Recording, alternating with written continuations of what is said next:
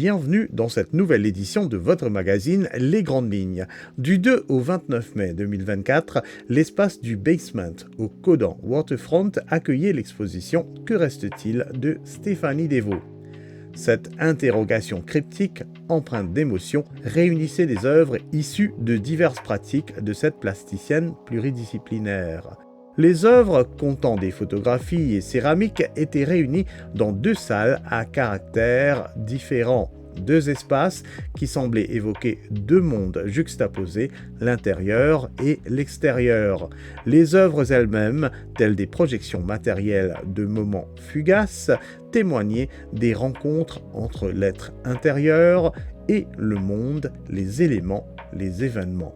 Le tout dans un élan ininterrompu de construction, déconstruction et reconstruction de soi.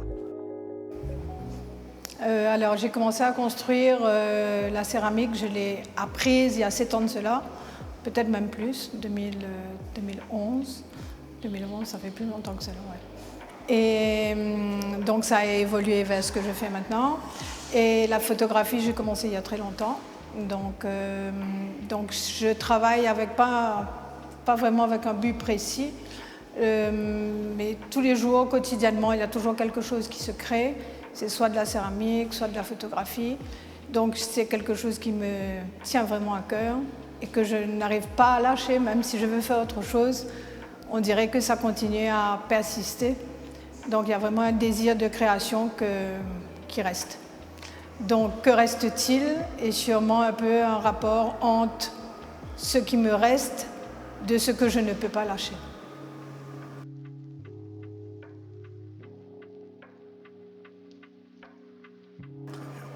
Et justement, à l'entrée de cette expo, vous avez placé, peut-être un peu discrètement, un poème qu'on peut choisir de ne pas voir, mais qu'on voit si on prend le temps de bien regarder. Donc, qui laisse entrevoir justement cette idée d'errance d'un individu au milieu des éléments, et voilà, qui fait un aller-retour entre le monde autour et le ressenti à l'intérieur. Voilà. Alors, comment ce poème aide-t-il peut-être invite-t-il justement à explorer cette exposition d'une autre façon? Oui. Tout d'abord, j'ai choisi de ne pas donner de titre. C'est la première fois que je choisis de ne pas donner de titre ni aux photos ni aux céramiques. Donc j'articule toute l'expo autour des lettres et des chiffres pour laisser libre cours à l'imagination du spectateur. Je ne voulais vraiment pas le guider dans une direction. Et le poème, comme vous dites, est placé dans un coin. Donc certaines personnes l'ont vu au début, et puis d'autres l'ont vu à la suite de l'expo. Et donc ils ont été peut-être même tristes de ne pas le lire au début, mais la différence dans le discours de celui qui a vu la lecture et celui qui l'a vu après, et quand même, il y a une grande différence. Donc, c'est un choix de parcours que j'ai vraiment voulu laisser libre au spectateur, sans vraiment le guider pour une rencontre vraiment intuitive avec le travail artistique.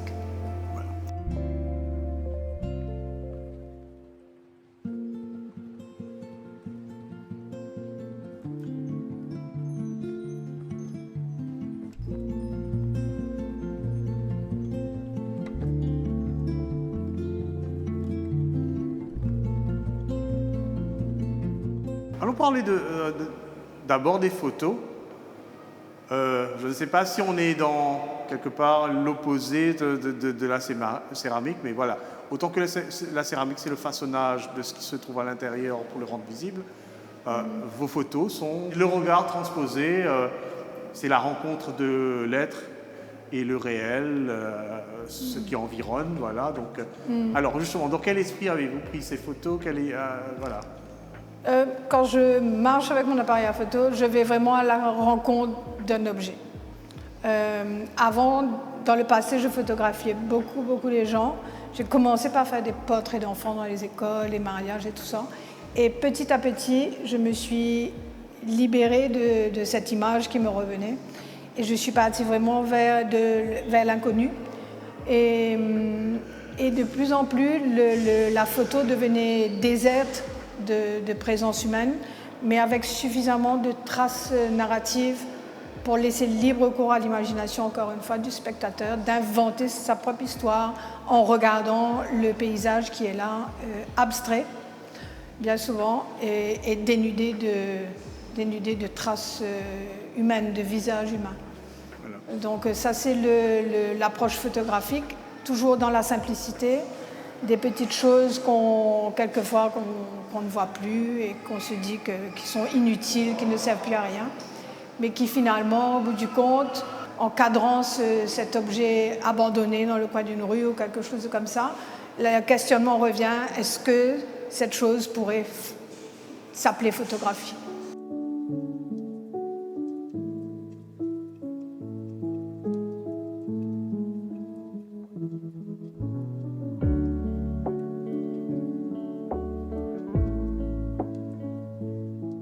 Justement, dans cette démarche, est-ce que l'on s'accroche encore aux notions de composition, balance, etc., ou bien vraiment on s'affranchit de tout cela? Non, je ne sais pas si je dis malheureusement, pour moi c'est encore important. Le côté esthétique quand même un minimum pour que ça soit agréable à regarder. La couleur, si elle n'existe plus dans la photo, ben, la composition prend le dessus. Mais quand il y a la couleur, ça vient mettre quelque chose une autre dimension, quoi. Donc, mais il y a la composition, oui. Composition, ouais, je fais attention quand même à ça. La hauteur, là où je me place, si je photographie en plongée ou contre-plongée, donc tout ça, pour moi, exprime quelque chose de différent du face-à-face sur le côté. S'il faut écrire sur chaque photo, je pourrais écrire une histoire de la manière que je photographie. D'accord. La couleur, comme vous le mentionnez, même si elle est présente, elle est souvent très en retrait, presque monochromatique. C'est intentionnel ou bien c'est ressenti? Pour ce choix d'agencer là, les photos avec le thème de l'expo, que reste-t-il? J'ai choisi de mettre des couleurs vraiment très sobres, rouillées, passées, qui exprime le temps qui passe. Mais ça c'est nouveau parce qu'avant, je faisais beaucoup de photos très colorées, donc ça dépend de l'idée et du message que je vais laisser passer.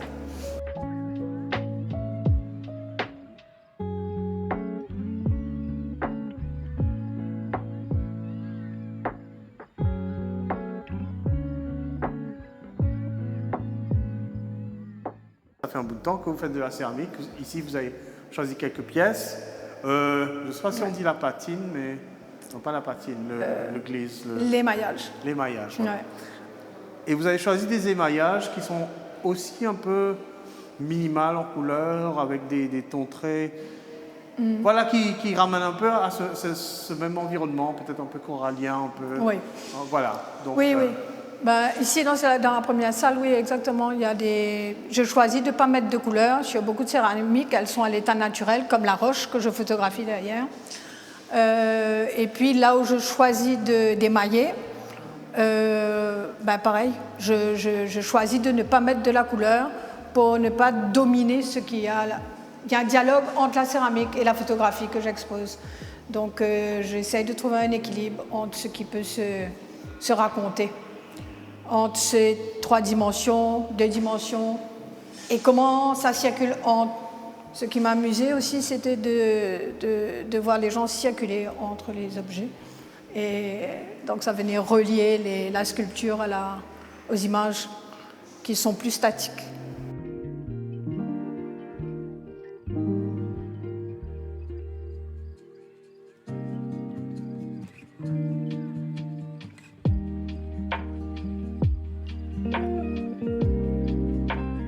C'est un parcours un peu plus difficile, pas difficile, mais un parcours un peu plus, je sais pas, prenant, la céramique, parce que j'imagine qu'avant d'aboutir à cet objet, pas comme la photo où l'émotion et le résultat sont très proches.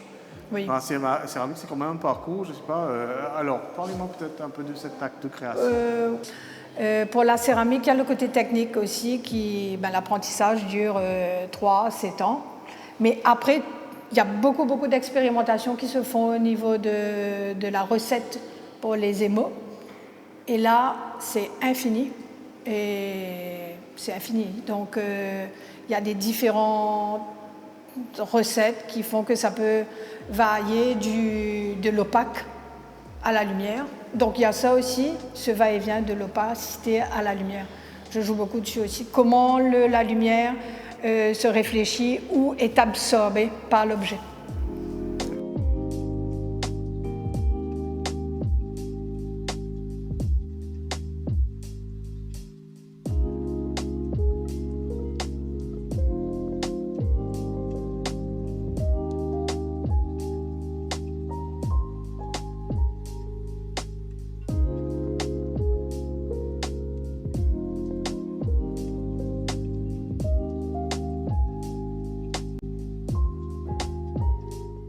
On est un peu dans le connu, mais pas tout à fait. Oui, oui, j'essaye de. Au fait, je m'arrête à un moment donné.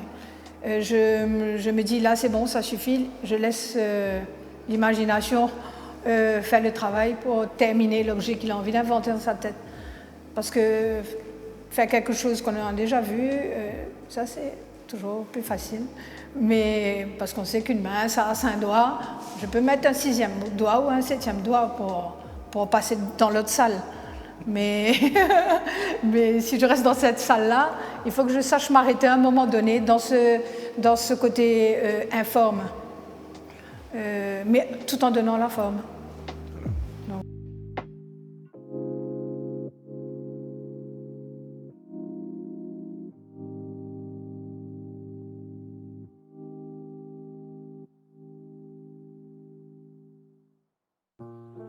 L'exposition s'organise autour de 2 espaces presque distincts, ou bien assez distincts, plus ou moins. Donc, il y a cet espace qui a un peu attrait au monde réel, au monde physique et votre rencontre avec ce monde, ou bien le façonnage des éléments de ce monde. Après, de l'autre côté, il y a ce monde intérieur, vous m'avez dit, et bizarrement, je ne sais pas, j'ai l'impression que ce monde-là est beaucoup plus coloré, beaucoup plus saturé, chromatique. La couleur, je ne sais pas quelle quantité elle existe dans le monde. On essaye de barioler les choses qui nous sont peut-être un peu désagréables. Donc quand on va dans le monde du rêve, de l'inconscient et de tout ça, pour moi, les images sont plus facilement falsifiées. Donc ce que je crée en céramique, de l'autre côté, dans la 2e salle, c'est plutôt mon monde imaginaire, fantasmé, tout ça. Donc, et là, je m'amuse à mettre des couleurs dessus. Dans la première salle, les photos sont monochromes. Donc ça aussi, c'est un choix. J'aurais pu garder toutes les photos en couleur, mais j'ai enlevé la couleur pour encore exprimer de ce que reste-t-il de notre réalité et qu'est-ce qu'on veut en faire.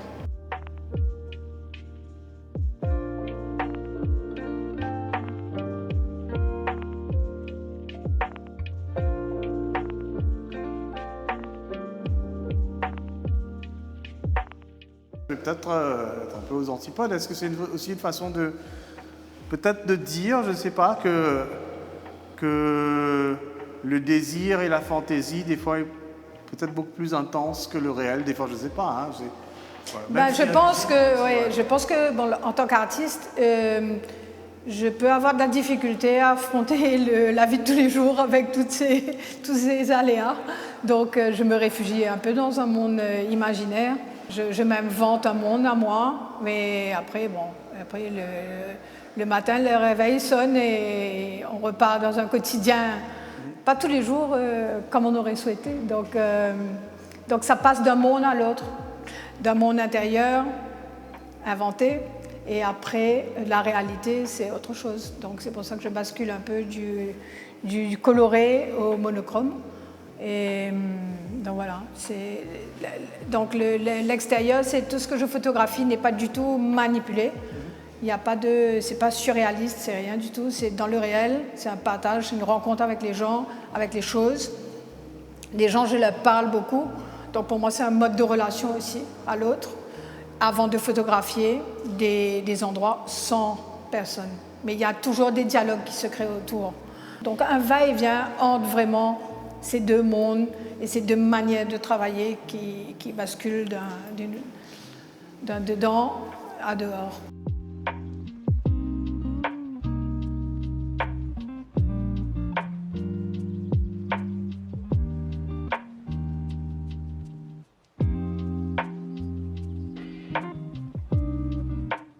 Voilà, c'est le subconscient, c'est l'intérieur, c'est la fantaisie.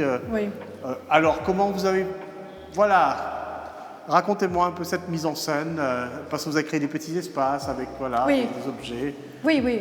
Donc, les gens, il y a des gens qui me disent, mais c'est quoi ce monde que tu as créé là-bas? Oui. Ce monde-là, je l'ai créé parce que moi, je suis en analyse depuis 5 ans. Donc, il y a un énorme travail sur l'inconscient.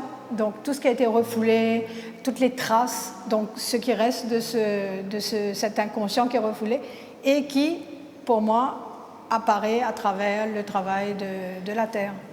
Donc, j'arrive beaucoup plus à m'exprimer au niveau de mon inconscient, à travers les créations, à travers mes céramiques, qu'à travers la photo. Je choisis de vraiment rester dans le réel.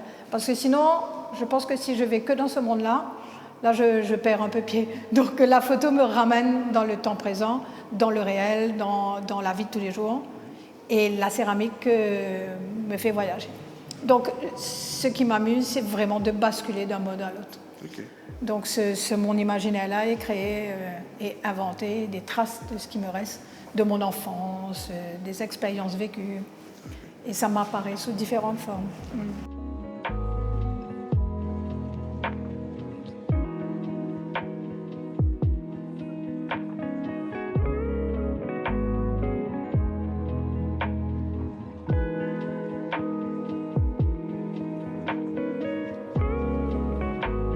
On va revenir au titre, que reste-t-il? Bien sûr, cette phrase, elle peut être empreinte de plusieurs émotions, elle peut être méditative ou nostalgique, ou je sais pas. Pour vous, est-ce qu'il y a des sentiments spécifiques qui vous venaient à l'esprit peut-être lorsque vous avez... Ou bien est-ce que ce sentiment change à chaque fois que vous pénétrez dans l'espace? Moi, j'ai une expérience de vie qui est un peu tragique. J'ai perdu un fils en 2015.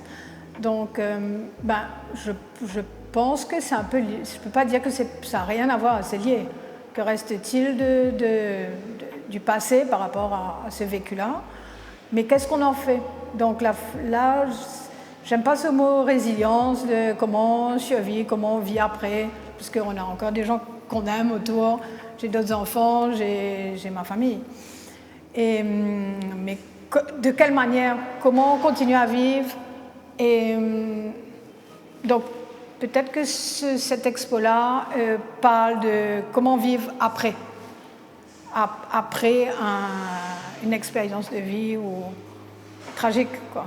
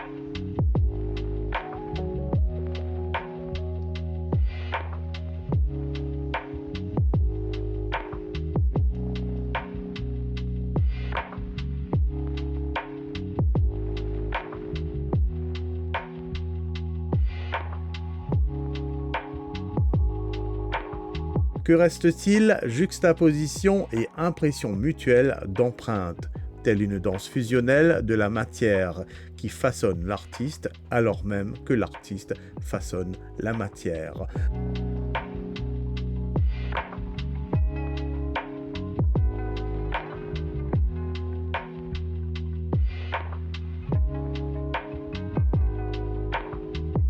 Vous pouvez suivre l'activité artistique de Stéphanie Devaux sur les réseaux sociaux. Voici les coordonnées nécessaires. Fin de cette édition, on se retrouve bientôt. Restez en ligne.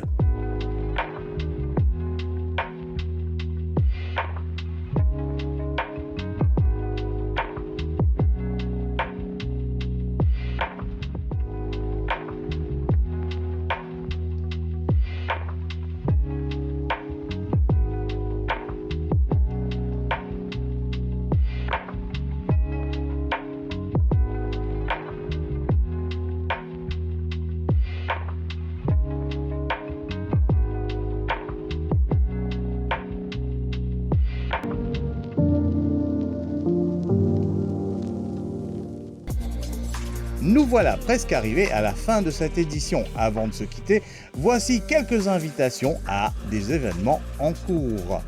Depuis ce 20 juillet et jusqu'au 30 août 2024, The Hybrid à Telfair, la promenade, Mocha accueille Anti-Dialogue avec Malcolm, exposition solo de Krishna Lachman. Une quinzaine d'œuvres du plasticien contemporain rendent hommage au génie de Malcolm de Chazal.